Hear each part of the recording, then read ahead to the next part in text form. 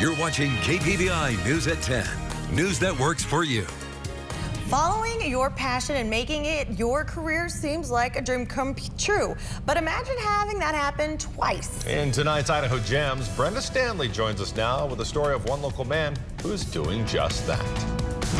That's right. His name is Brad Barlow, but for many in eastern Idaho, he's been known for the past 2 decades as Brad Collins, or simply Brad, the popular radio DJ on the hit music station Z103. But he recently hung up the mic and picked up the camera.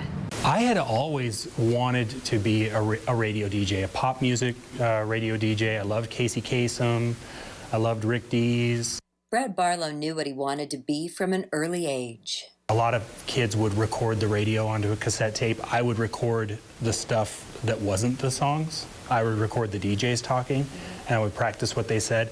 When Brad was still in high school, he was an intern at the local radio station, and that is when he landed what others only dreamed of. And I had one of the DJs teach me how to make what's called an air check, a recording of what you sound like on the air. So I made that tape and I handed it in to the program director, and they said, Saturday and Sunday night, 6 p.m. to midnight, you know, you're going to be on. And that was right before I turned 17.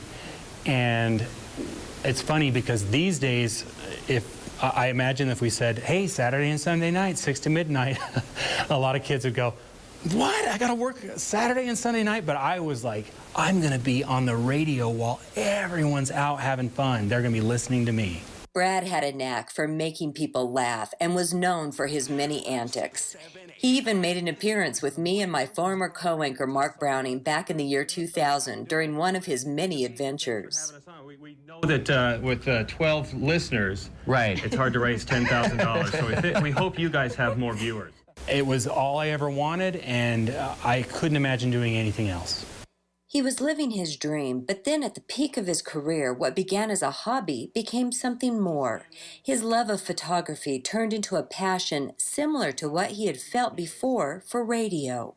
People would say, I love waking up to you guys, and you make me feel good in the morning. You put a smile on my face in the morning.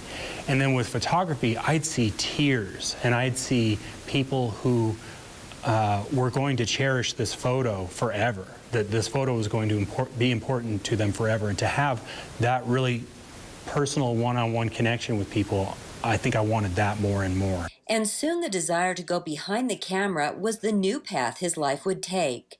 Hanging up the mic after almost a quarter-century and starting a new career. I used to be the one that the microphone was aimed at, and now I'm the one who's aiming the camera at somebody else. I really enjoy that a lot. That's another thing I was ready for. I was ready to not be the focus. And his focus now is making others feel good when they step in front of the camera. And there are so many people that are like, no pictures, oh, put that down, and they will not let you take a picture of them.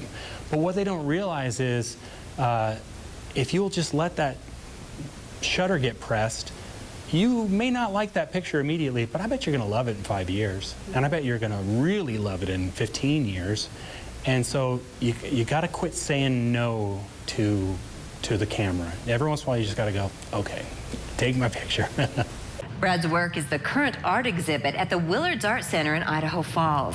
The display will run until August 3rd. His business is called B2X Photography, and he mainly does senior and sports portraits. He says he doesn't do weddings unless they're at the courthouse. Back to you.